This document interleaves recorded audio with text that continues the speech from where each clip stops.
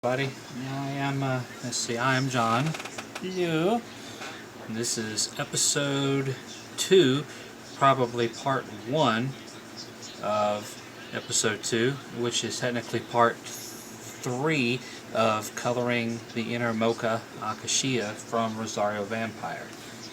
This cover of volume 2, volume 1 of season 2 is my reference, and what I've been doing to prep for today is mainly been going through and I've been looking at different colors, trying to match them up to different parts of her skin and everything, because today's mostly all about doing the skin for today. So, and I'm going to be showing off some techniques that I have developed.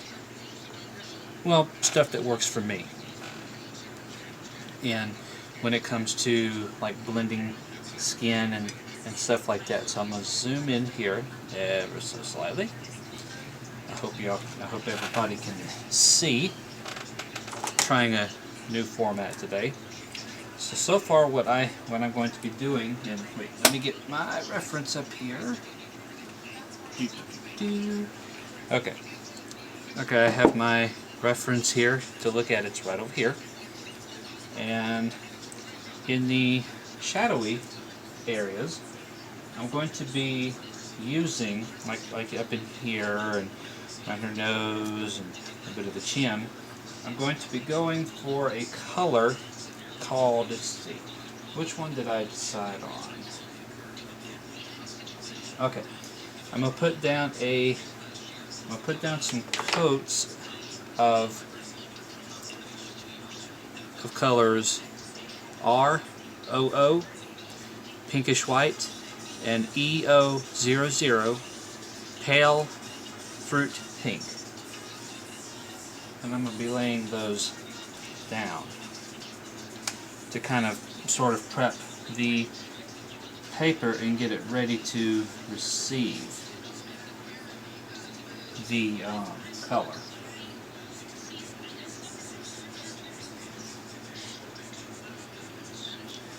And all I'm doing at this point is just I'm laying down some base, like a base coat.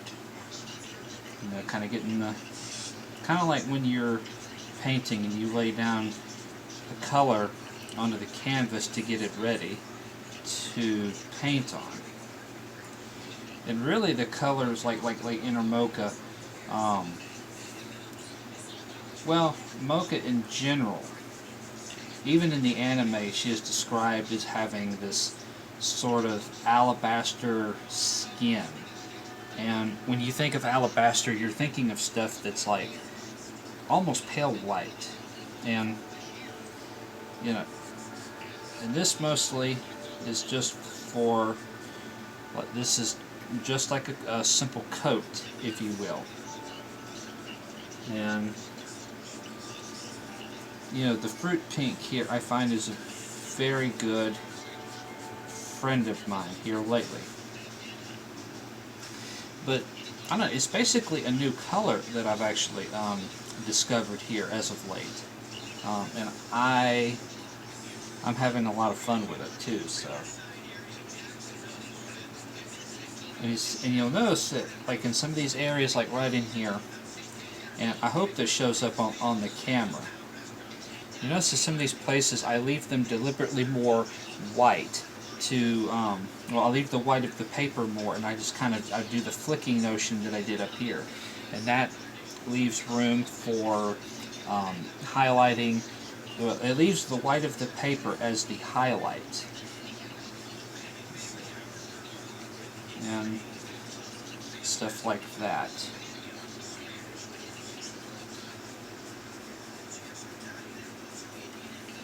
See, and forgive me for the hand, but I'm hoping that you can see what I'm doing right up in here. It's kind of swish, swish, swish. And really all I'm doing is just putting subtle hints of color right now.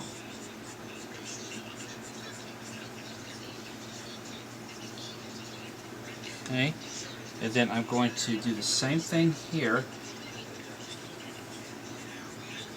on the skin of her neck. Now, a couple of areas here. I kind of want to leave a little bit of the white of the paper there. Like right in here, kind of gives it a little bit more interest. Okay. Now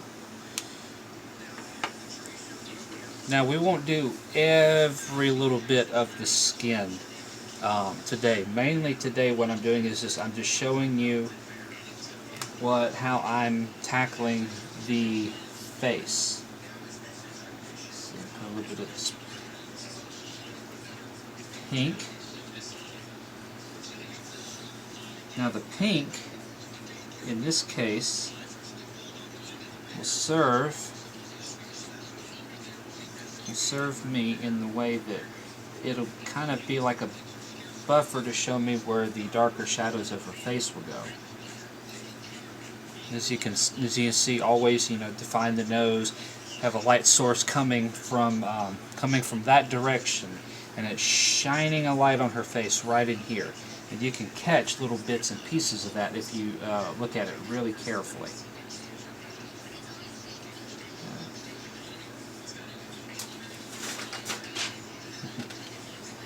If you heard papers rustle, I just we got a little startled there.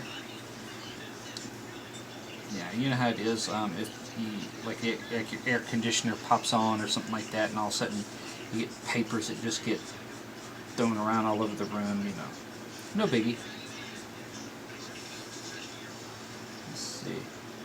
And then I'm going to bring that here. A little bit right in here, and you can see like where I'm putting this at. And this color, by the way, is the pinkish white that I am laying down here. And of course, I do have my my reference image down here next, over here, and I refer to it only when I really need it, because most of the color choices here are going to be made by me. And really all that stems from is the fact that it's what I have available and what I don't have available. Oh, a little preview. This is an image that I did here a while back of Aoi Sakuraba from Airyoshi.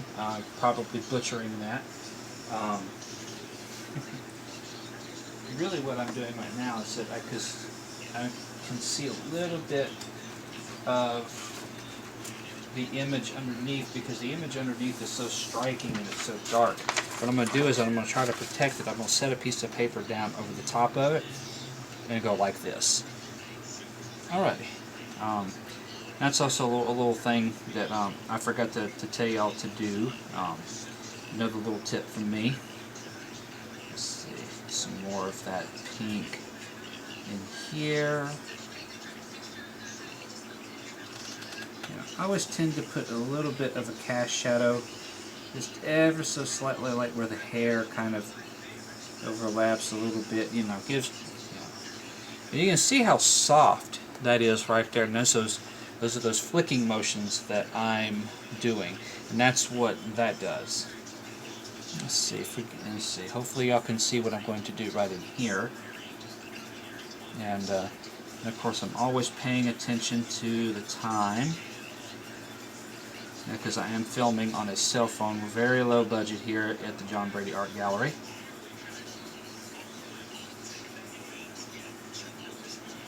Put a little bit here, here. I'm going to put a little bit of this right in here, and just kind of blend it out a little bit right in there, because there is going to be a very hard cast shadow that will go there. And there will be somewhat of one right in here too. So kind of just, I'm going to establish where it will end up. Right about there. Can y'all? Hopefully y'all can see that. Okay?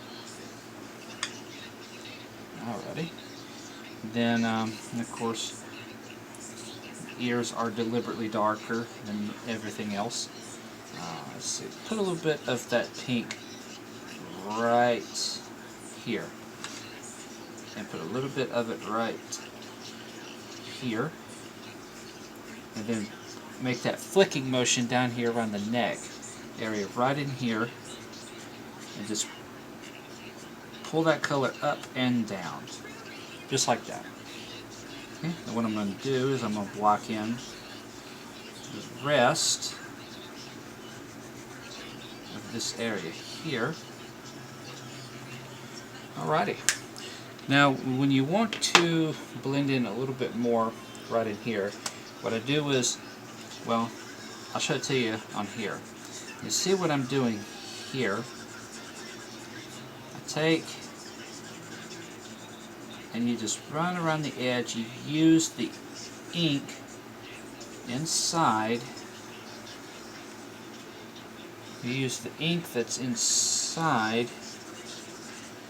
of your already existing marker, and now you can see how that's blended out more. You still get the sense of the light shining and everything, but at the same time now it softens it where you can play with it a little bit more. Okay, now there are some spots of even darker shadow that, let's see, that I'm going to put a little bit of the E11 Barley Beige, of course, with the brush tip. And you don't even really have to do what I'm doing. I'm just kind of, going in like this, under the nostrils here, maybe, define the nose just a little bit more.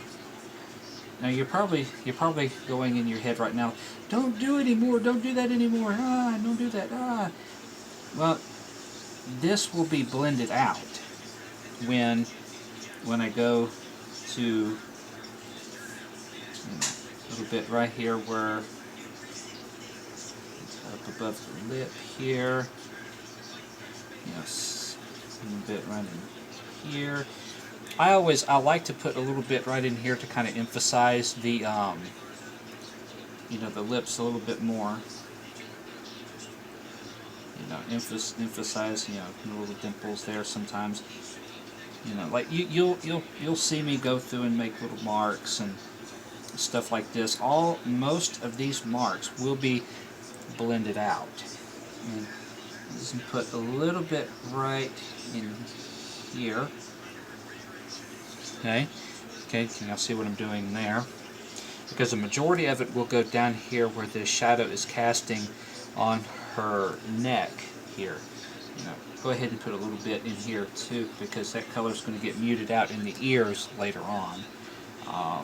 Let's see. Go just like this, kind of start off in that little point there, and just kind of do that little flicking notion. There we go. And you can see how that works right there. Okay? And then kind of under the neck.